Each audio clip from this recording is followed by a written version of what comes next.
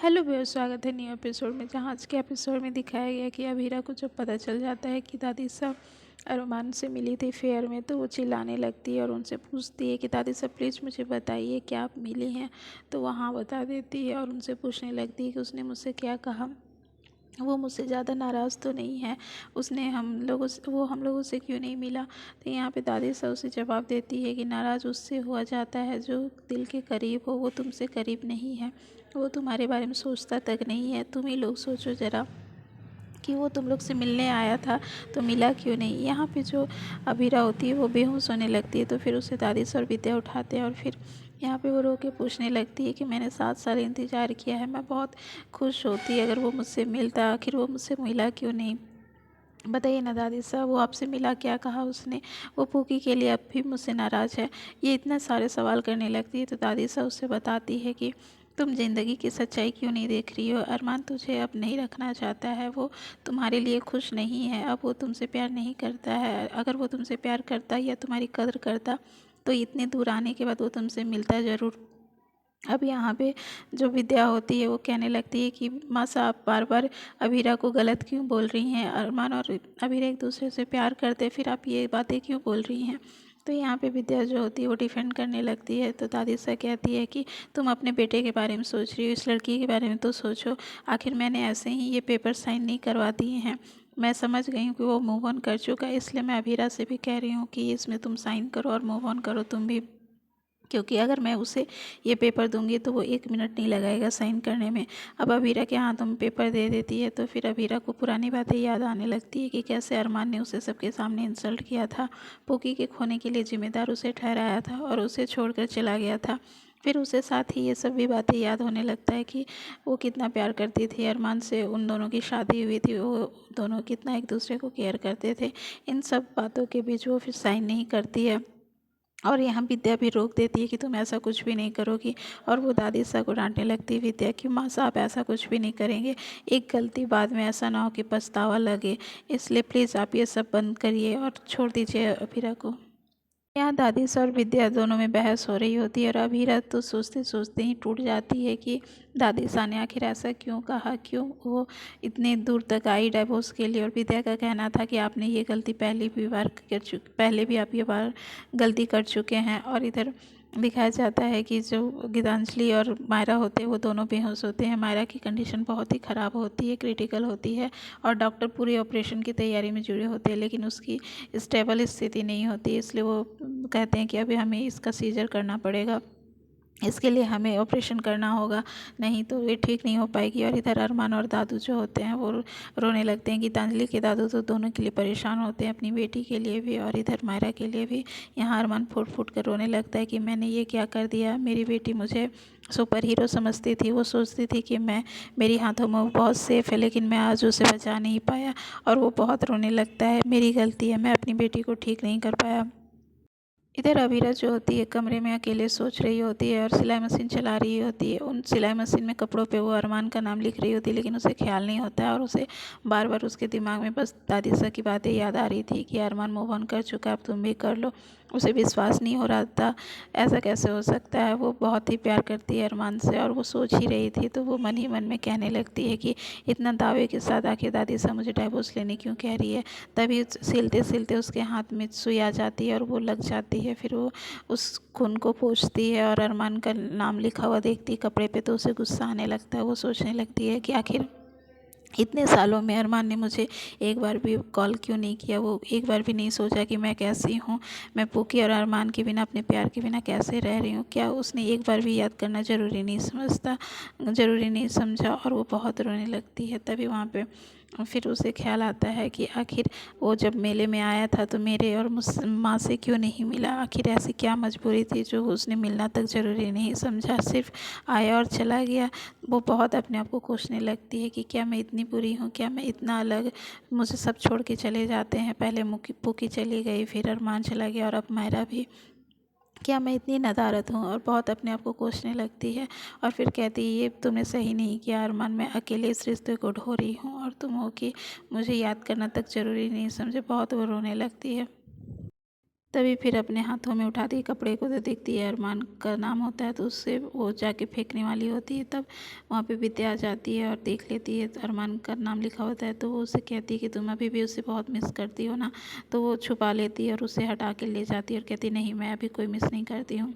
तो विद्या कहती है झूठ मत बोलो, तुम छुपा रही हो, अभी भी तुम उसे बहुत याद करती हो बेटा, वो तुम्हारा प्यार है। तो यहाँ पे अभीरा बचती है बात से और कह देती है कि अब ऐसा कुछ भी नहीं है माँ, क्योंकि अरमान ने तो हमसे मिलना ज़रूरी नहीं समझा, मुझसे नहीं तो आपसे तो मिलता, आपसे क्या गलती हुई थी। तो विद्या कहती है अरे मेरी ही तो गलती है, मैंने ही उसे जाने को कहा था, इसलिए उसने अपनी बाकी माँ की बात पूरा की और वो चला गया हम सबको छोड़ के। तो अभीरा कहती है कि प्लीज़ माँ अब आप अरमान की साइड मत लीजिए, अगर वो चाहता तो हमसे मिल सकता था, वापस आ सकता था, लेकिन उसने हम लोगों को छोड़ दिया है, वो परिवार से अब अलग हो गया है, उसके सामने अब प्यार हार गया है और गुस्सा जीत गया है माँ, इसलिए इस बारे में बात करना अब ठीक नहीं है। और वो वहाँ से चली जाती है और इधर दिखाया जाता है कि डॉक्टर सर्जरी कर देते हैं। उसके बाद जैसे ही बाहर आते हैं तो फिर अरमान पूछने लगता है कि मेरी बेटी कैसी है, ठीक तो हो जाएगी। तो डॉक्टर कहते हैं अभी कुछ नहीं कहा जा सकता, कुछ होगा तो वो नहीं भी रह सकती। अब इतना सुनने के बाद अरमान पूरा बौखला जाता है और कहता है कि आपकी हिम्मत कैसे हुई मेरी बेटी के बारे में ऐसा बोलने की, वो ठीक हो जाएगी और उससे आपको ठीक करना है। और वो कॉलर पकड़ लेता है और डॉक्टर पे चिल्लाने लगता है। डॉक्टर उससे कहते हैं छोड़िए अरमान, लेकिन अरमान बहुत ही जज्बाती हो जाता है और उसे नहीं छोड़ता है। तब डॉक्टर उससे कहता है कि अगर आप अपना ठीक नहीं रखेंगे नेचर तो फिर आपको ही दिक्कत होगा, आपकी बेटी ठीक नहीं हो सकती है, इसलिए प्लीज़ अपने आप को कंट्रोल करिए। अब वहाँ पे दादू उसे डांटने लगते हैं कि ये तुम क्या कर रहे हो, अगर तुम्हारी बेटी उठ खड़ी हुई और देखी तुम्हें इस हालत में तो क्या फिर से ठीक हो पाएगी, अपने आप को संभालो। उसके बाद वो खिड़की तरफ देखने लगता है, फिर वहाँ से चला जाता है डॉक्टर के बोलने पे और सोचने लगता है कि मेरी बेटी मेरे साथ कितनी सेफ़ थी, कितनी खुश थी, लेकिन मैं ऐसा अब कुछ भी नहीं कर पाया, अपनी बेटी को इस एक्सीडेंट से नहीं बचा पाया, मैं सच में बहुत ही बुरा हूँ, मेरे साथ वो सेफ़ नहीं हो सकती। और अभीरा के बारे में भी सोचने लगता है कि अभीरा कितनी खुश थी, हम अपने पुक्की को मायरा को घर लाके कितने खुश थे। और वो वहाँ से निकल के एक कैफ़े में चला जाता है, कैफ़े में जाता है तो अभीरा की याद आने लगती है। तो फिर वो कहता है क्या मैं एक फ़ोन कॉल कर सकता हूँ। तो फिर वो कहता है कि अच्छा ठीक है, वहाँ लैंडलाइन है, आप कॉल कर लीजिए। और वो फिर अभीरा को फ़ोन लगाता है। इधर अभीरा को नींद नहीं आ रही होती है, तो फिर वो जब रिंग सुनती है तो सोचती है इतनी रात को किसने मुझे याद किया है। तो फिर वो देखती है कि पुराने नंबर पे कॉल है, तो वो सोचने लगती है कि मेरे पुराने नंबर पे किसका कॉल हो सकता है। तो उसे लग जाता है कि ज़रूर ये अरमान का कॉल है। तो फिर उठाती है तो किसी की आवाज़ नहीं आती है, तो वो कहती है अरमान तुम हो। तो अरमान पूरा रोने लगता है, फिर उसके साइलेंट मोड को वो समझ जाती है और फिर वो कहती है कि अरमान। तो इधर अरमान भी बहुत ही रोता है। उसके बाद बोलता है अभीरा। अब जैसे ही अभीरा ये नाम सुनती है वो भी बहुत दिल से रोने लगती है। अब दोनों ही रोने लगते हैं, एक दूसरे को फील करने लगते हैं।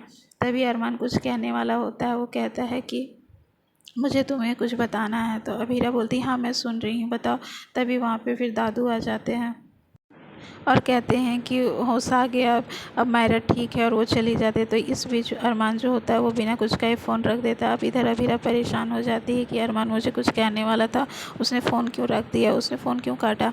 तो वो फिर कॉल बैक करती है तो लैंडलाइन होता है। तो फिर कैफ़े का वेटर उठाता है और बोलता है जी आप बोलिए। तो फिर वो बताती है कि इस नंबर से भी मुझे कॉल आया था, किसने किया था। तो वो बताया मैं उसे नहीं जानता, लेकिन हाँ यहीं से कॉल गया था। तो फिर वो पूछती है कि ये कैफ़े कहाँ है।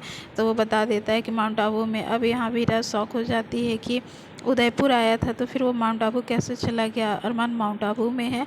और इधर जब अरमान आता है अपनी बेटी को देखता है और गीतांजलि दोनों साथ में होते हैं। गीतांजलि तो बेहोश पड़ी होती है, मायरा ठीक होती है तो मायरा के पास जाता है। फिर वहाँ पे मायरा कुछ भी नहीं बोल रही होती है और डॉक्टर कहता है कि हमें इसे एक सुई देनी है, लेकिन ये सुई नहीं ले रही है और ये सुई बहुत ज़रूरी है, इसके लिए प्लीज़ आप थोड़ा कोऑपरेट करिए। तो यहाँ पे अरमान बहुत समझाता है, लेकिन जो मायरा होती है वो सुई लेने के लिए तैयार नहीं होती है। वो बार बार गीतांजलि की तरफ देखी जाती है। तो फिर अरमान समझ जाता है और फिर कहता है क्या कुछ देर के लिए आप लोग हमें छोड़ सकते हैं अकेला। तो यहाँ पे डॉक्टर कहता है प्लीज़ जल्दी कीजिएगा, क्योंकि ये सुई लगाना इसे बहुत ज़रूरी है, तभी ये स्टेबल हो पाएगी और ठीक भी हो पाएगी। अब सभी के बाहर निकलने के बाद वो मायरा से बात करता है कि प्लीज़ बेटा आप सुई ले लो। तो यहाँ पर मायरा कहती है कि गित्तू आंटी ठीक नहीं है, अभी तक वो होश में नहीं आई है। पापा मैं इन्हें अपनी मम्मा क्यों नहीं बुला सकती हूँ गित्तू को। तो फिर वो कहते हैं बेटा ऐसे कैसे हो सकता है, क्यों नहीं हो सकता है, वो मुझे प्यार करती है, ठीक से खाना खिलाती है, मुझे सुलाती है, मेरी केयर करती है, तो सारे गुण तो हैं मम्मा के, तो फिर मैं इसे माँ क्यों नहीं बुला सकती हूँ। और इधर डॉक्टर सारे इशारा कर रहे होते कि जल्दी कीजिए, सुई लगानी है। अब यहाँ पे कंफ्यूज हो जाता है अरमान की वो क्या जवाब दे और क्या करे, क्योंकि यहाँ पे अब गीतू उसे जो मायरा होती है उसे कह देती है कि प्लीज़ अब शादी कर लो। तो आने वाला एपिसोड अब बहुत ही इंटरेस्टिंग हो गया है, जहाँ पे जो मायरा है उसने कह दिया है कि अब गीतू से शादी कर लीजिए और मुझे उन्हें मम्मा को कहने का हक दे दीजिए। अरमान अब टूट जाता है कि अब वो क्या करे, और इधर अपने पॉकेट से अभीरा की फ़ोटो निकालता है और रोने लगता है। और आने वाले एपिसोड में यही दिखाया जा रहा है कि वो अभीरा से ये बात कहता है और अभीरा उधर उसे सच्चाई जानने के बाद डाइवोर्स देने वाली है। तो आने वाला एपिसोड बहुत ही इंटरेस्टिंग हो गया है। जुड़े रहिए हमारे पेज में। Thank you.